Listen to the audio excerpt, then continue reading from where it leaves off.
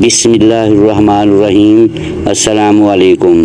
منقول ہے کہ امیر المومنین حضرت عثمان بن عفان رضی اللہ تعالی عنہ کا جب محاصرہ کیا گیا تو اس میں 3 مختلف شہروں سے آئے ہوئے باغیوں نے حصہ لیا۔ ان میں سے 600 لوگ مصر سے آئے ہوئے تھے، جن کا رئیس عبد الرحمن بن عدیس البلوہ، کنانہ بن بشر بن عتاب الکندی اور عمر بن الحمق الخزائی تھے۔ 200 کے قریب باغی کوفہ سے آئے ہوئے تھے، جو کہ مالک اشترال النخعی کے ماتحت تھے، اور لگ بھگ 100 کے قریب باغی بصرہ شہر سے آئے ہوئے تھے، جن کا امیر سردار حکیم بن جبلہ العبدی تھے۔ یہ تمام کے تمام وہ لوگ تھے جنہوں نے شر کے لیے ایک دوسرے سے پکی بیعت کر رکھی تھی۔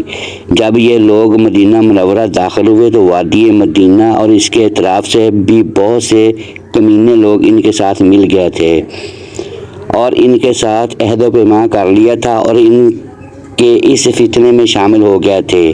یہاں ابن سعد علیہ رحمہ نے طبقات میں ایک روایت نقل کی ہے کہ حضرت حسن رضی اللہ تعالی عنہ سے مروی ہے کہ آپ فرماتے ہیں، مجھے وصاب نے بیان کیا جو یوم الدار یعنی محاصرے میں حضرت عثمان رضی اللہ تعالی عنہ کے ساتھ تھے۔ وہ کہتے ہیں، دوران محاصرہ مجھے امیر المومنین حضرت عثمان نے بلا بھیجا کہ جاؤ اشتر کو بلا لاؤ۔ میں اشتر کو بلا کر لایا تو امیر المومنین حضرت عثمان نے اشتر سے کہا، لوگ مجھ سے کیا چاہتے ہیں؟ اس نے کہا، 3 باتیں جن میں سے ایک کے بغیر آپ کے لیے چارہ نہیں، یعنی ان تینوں میں سے کوئی ایک قبول کرنا آپ کے لیے لازم ہے۔ فرمایا، وہ کیا ہے؟ اشتر کہنے لگا، ایک یہ کہ آپ لوگوں کو اختیار دے دیں، یعنی آپ ان کے حق میں حکومت سے دستبردار ہو جائیں اور لوگوں سے کہہ دیں کہ یہ تمہاری حکومت ہے، تم جسے چاہو امیر بناؤ۔ دوسری یہ کہ آپ اپنی جان سے لوگوں کو قصاص لینے دیں، اور اگر آپ ان دونوں پر راضی نہیں تو پھر تیسری بات یہ ہے کہ آپ لوگوں سے جنگ کے لیے تیار ہو جائیں۔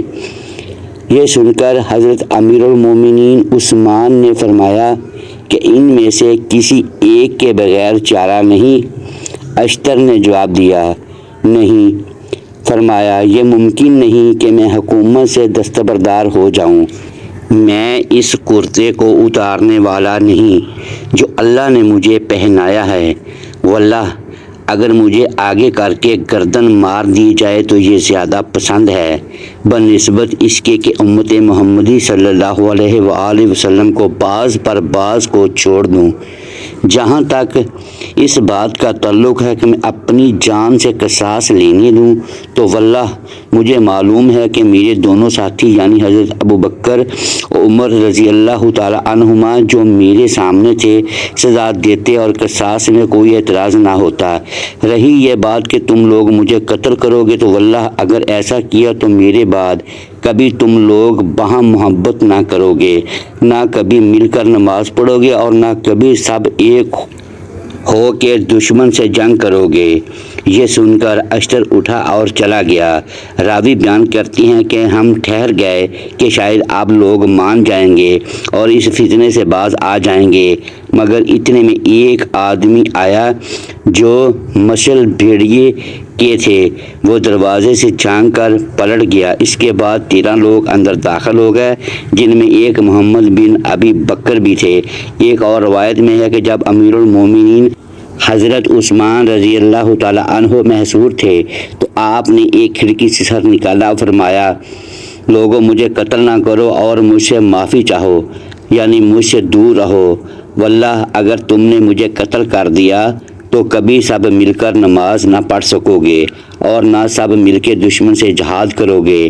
ہاں ضرور آپس میں تم لوگ اختلاف کرو گے اور اس طرح ہو جاؤ گے، یعنی آپ نے ایک ہاتھ کی انگلیاں دوسرے ہاتھ کی انگلیوں میں ڈالی اور فرمایا، تم لوگ اس طرح ایک دوسرے کے ساتھ مل کے خون ریزی کرو گے۔ پھر فرمایا، اے میری قوم، میرا اختلاف تمہیں ارتکاب جرم پر آمادہ نہ کرے، ایسا نہ ہو کہ تم پر مصیبت آئے جیسے قوم نوح یا قوم ہود یا قوم صالح علیہ السلام پر آئی، اور قوم لوط علیہ السلام کا زمانہ بھی کچھ تم سے دور نہیں ہے، یعنی تم ان سب کا اپنے فرما روا اور ہادی کی نافرمانی کا نتیجہ اور عذاب دیکھ چکے ہو۔ روایت میں ملتا ہے کہ انہی ایام میں مختلف صحابہ کرام بھی حضرت امیر المومنین حضرت عثمان رضی اللہ تعالی عنہ کے پاس تشریف لاتے رہے۔ ان میں حضرت ابو ہریرہ رضی اللہ تعالی عنہ اور حضرت عبداللہ ابن زبیر رضی اللہ تعالی عنہما کا نام سر فہرست ہے۔ حضرت ابو ہریرہ رضی اللہ تعالی عنہ جب حضرت عثمان سے ملنے کے لیے تشریف لے گئے تو عرض کیا، یا امیر المومنین، نیکی یا تیغ زنی؟ فرمایا، اے ابو ہریرہ، کیا تمہیں یہ پسند ہے کہ تم سب لوگوں کو اور مجھ کو قتل کر دو؟ انہوں نے عرض کیا، نہیں۔ فرمایا، واللہ اگر تم نے ایک آدمی کو بھی قتل کیا تو گویا سب آدمی قتل کر دیے۔ حضرت ابو ہریرہ رضی اللہ تعالی عنہ فرماتے ہیں، میں نے یہ سنا اور واپس لوٹ گیا اور خون ریزی نہیں کی۔ حضرت ابن زبیر سے مروی ہے کہ جب میں امیر المومنین حضرت عثمان سے ملنے کے لیے تشریف لے گیا تو میں نے عرض کیا، یا امیر المومنین، آپ ان سے جنگ کیجئے کیونکہ اللہ نے آپ کے لیے ان کا خون حلال کر دیا ہے۔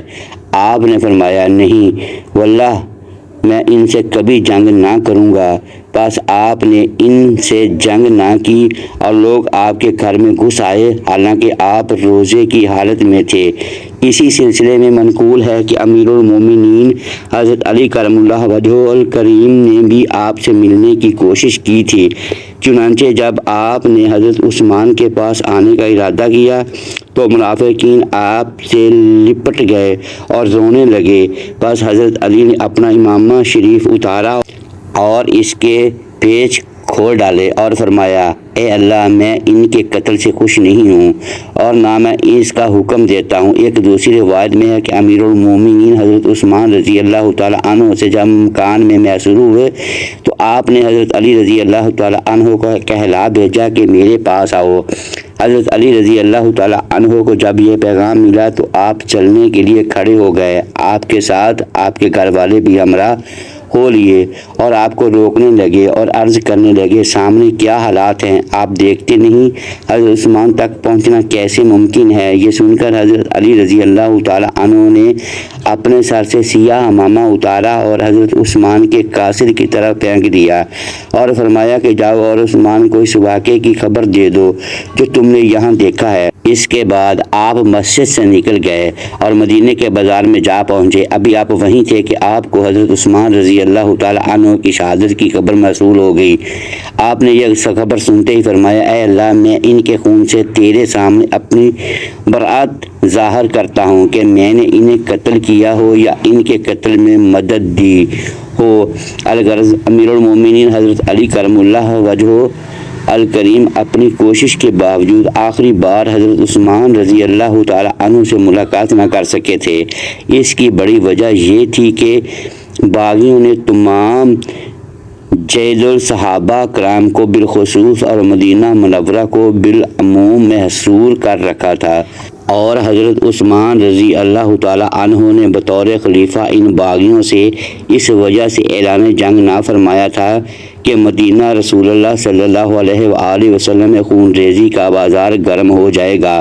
دعا ہے رب العالمین جنت میں آپ کے درجات بلند فرمائے اور آپ کے ذکر خیر کو اپنی بلند بارگاہ میں قبول و منظور فرمائے، آمین ثم آمین، جزاک اللہ۔ محترم ناظرین، اگر ویڈیو پسند آئی ہو تو اسے لائک کریں اور اپنے اس چینل کو سبسکرائب کر لیں اور بیل آئیکن پریس کر دیں تاکہ ہر نئی آنے والی ویڈیو بر وقت آپ تک پہنچ سکے۔ شکریہ، اللہ حافظ۔